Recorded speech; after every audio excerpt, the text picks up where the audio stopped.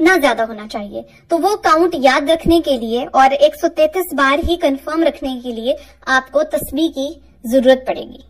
میں پروسیس کو ریپیٹ کر رہی ہوں.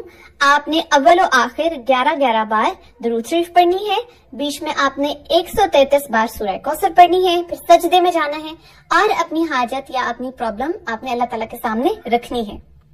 اور جس بھی ضرورت کے لیے اور حاجت کے لیے آپ یہ وظیفہ کر رہے ہیں, انشاءاللہ اللہ تعالیٰ اسے قبول فرمائیں گے. اللہ تعالیٰ اس حاجت کو پورا فرمائیں گے. اور یہ نیت بہت زیادہ ضروری ہے. میں ہر ویڈیو میں یہ بات کرتی ہوں کہ سب سے پہلے تو کسی بھی جو عمل ہوتا ہے اس کا نیک نیت ہونا ضروری ہے. ٹھیک ہے, اس کے بیچ میں نیک نیت ہی ضروری ہے. دوسرا یہ کہ یہ ایمان ہونا آپ کا پکا ضروری ہے کہ اللہ تعالیٰ میری دعا قبول فرمائیں گے. تیسرا, اس میں خشوع و خضوع ہونا ضروری ہے, اس میں تڑپ ہونا ضروری ہے. اور وظیفہ کر کے, بلکہ سب وظیفوں کے لیے کوشش کریں کہ جب آپ وظیفہ کرتے ہیں تو اس کو ادھر ادھر مت بتائیں کہ میں نے وظیفہ کیا ہے, ٹھیک ہے, میں نے اس حاجت کے لیے وظیفہ کیا. دراصل آپ اپنی وہ حاجت مت بتائیں, اس حاجت کو اللہ تعالیٰ تک ہی رہنے دیں, اپنے اور اللہ تعالیٰ کے بیچ میں رہنے دیں. ٹھیک ہے, اور یہ آپ تب تک کریں جب تک آپ کی حاجت مکمل نہیں ہو جاتی. آپ تب تک اپنی حاجت کو اپنے تک رکھا کریں جب تک آپ کی وہ حاجت اللہ تعالیٰ کمپلیٹ نہیں فرما دیتے, مکمل نہیں فرما دیتے. اور اس وظیفے کے دوران بھی آپ کے جو پورا دھیان ہے وہ آپ کی حاجت کی طرف ہی ہونا چاہیے, آپ کے وظیفے کی طرف ہی ہونا چاہیے, ادھر ادھر نہیں ہونا چاہیے. اور یہ بھی کہہ سکتے ہیں کہ آپ کا دھیان اللہ کی طرف ہونا چاہیے, اللہ کی مدد کی طرف ہونا چاہیے. یہ بہت ضروری ہے. اور اپنے دل میں آپ نے ذرا بھی شک نہیں آنے دینا.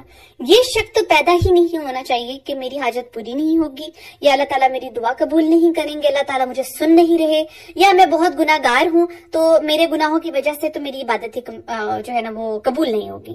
کبھی بھی ایسا نہیں سوچنا, کیونکہ ہر وظیفے کا جو دار و مدار ہے نا, اس کی کمپلیشن کا جو دار و مدار ہے وہ آپ کی نیت پر ہوتا ہے کہ آپ کی نیت کیسی ہے. جیسا گمان کریں گے ویسا ہی ہوگا.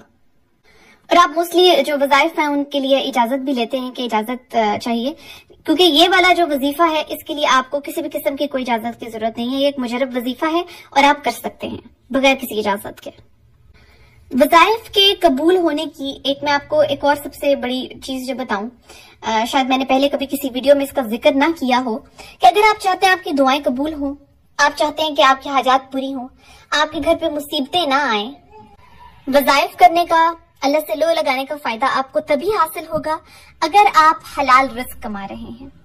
پلس آپ نمازی انسان ہیں, آپ نماز پڑھنے والے ہیں. چلیے آپ 5 وقت نہیں بھی پڑھ سکتے, آپ جتنی بھی پڑھ رہے ہیں لیکن آپ پڑھتے ہیں, اس میں کنسسٹنسی ہے, تو زیادہ چانسز ہوتے ہیں کہ اللہ تعالیٰ آپ کی دعا قبول کرے گا, کیونکہ آپ نے اپنا ایک کانٹیکٹ اللہ تعالیٰ کے ساتھ بنا رکھا ہے, ایک تعلق آپ نے بنایا ہوا ہے, ایک تعلق آپ نے اللہ تعالیٰ کے ساتھ بنایا ہوا ہے, اور اس تعلق کے اندر برکت ہے. تو بہت زیادہ ضروری ہے کہ آپ حلال رزق کھاتے ہوں. ٹھیک ہے, آپ کسی کو بلا وجہ نقصان نہیں پہنچا رہے. اور دوسری چیز یہ کہ آپ ایک نمازی انسان ہیں, آپ ایک متقی انسان ہیں, یہ ضروری ہے. اب بات کرتے ہیں سورہ کوثر کے شان نزول کی. جو حضرت محمد صلی اللہ علیہ وسلم ہیں, ان کو اللہ تعالیٰ نے حضرت خدیجہ سے 2 بیٹے بھی دیے تھے. ایک بیٹے کا نام تھا قاسم اور ایک کا نام تھا ابراہیم.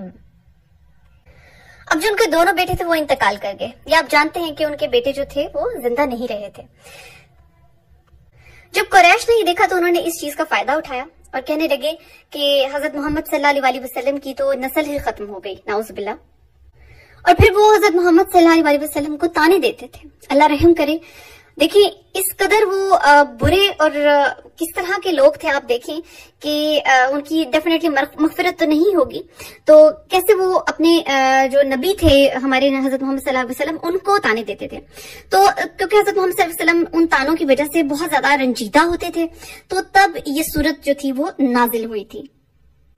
اور اس سورت کے مطابق اللہ تعالیٰ نے سمجھ لیا ان سے یہ کلام کیا کہ آپ کی نسل ختم نہیں ہوگی, آپ صلی اللہ علیہ وسلم کی نسل ختم نہیں ہوگی, آپ کی روحانی اولاد ہوگی انشاءاللہ.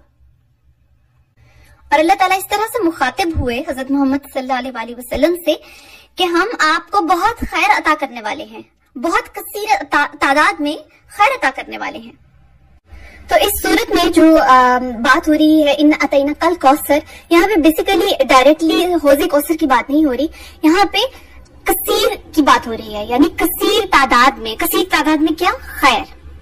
اور پھر اس کثیر خیر میں سے بات کی جاتی ہے حوض کوثر کی کہ اللہ تعالیٰ قیامت کے دن حضرت محمد صلی اللہ علیہ وسلم کو حوض کوثر سے نوازیں گے، جہاں وہ اپنے امتیوں کو بھی اس میں سے پانی پلائیں گے، خود بھی پیئیں گے، کیونکہ حشر کے دن لوگوں کو جو سب سے زیادہ سخت ضرورت ہوگی وہ پانی کی ضرورت ہوگی، کیونکہ ان کو اتنی پیاس لگے گی، ان کی پیاس نہیں بجھے گی۔ کہتے ہیں کہ بڑے بڑے دریا بھی اگر وہ لوگ پی لیں گے تو ان کی پیاس نہیں بجھے گی، لیکن جیسے ہی حضرت محمد صلی اللہ علیہ وسلم اپنے امتیوں کو حوض کوثر میں سے جام پلائیں گے، پانی پلائیں گے، تو ان کی پیاس اسی وقت بجھ جائے گی۔ سبحان اللہ۔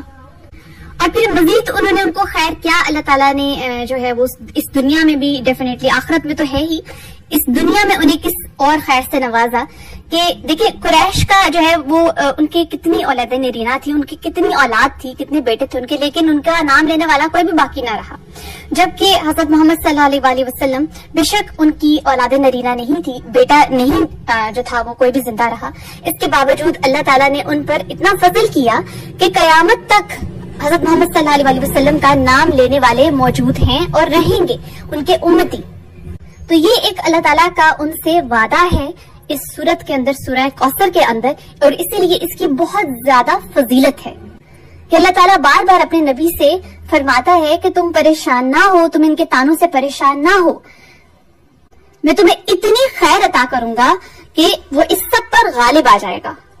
اور اسی لیے بھی یہ سورت اتنی اہم ہے کیونکہ یہ ایک بہت ہی خاص موقع کے اوپر نازل کی گئی ہے۔ تو جیسے یہ عمل آپ کو بتایا گیا ہے، جیسے وظیفہ آپ کو بتایا گیا ہے، اسے ضرور کیجیے گا، اور فائدہ آپ کو حاصل ہو تو مجھے ضرور بتائیے گا۔ دوسرا یہ کہ آگے ضرور فارورڈ کیجیے ان لوگوں تک جو کہ میری ویڈیوز نہیں دیکھ پا رہے، ان کو بھی بتائیے اس کے بارے میں، یہ صدقہ جاریہ ہے، وہ بھی اس سے فائدہ حاصل کریں تاکہ آپ کو بھی ثواب ملے، ان کو بھی ثواب ملے۔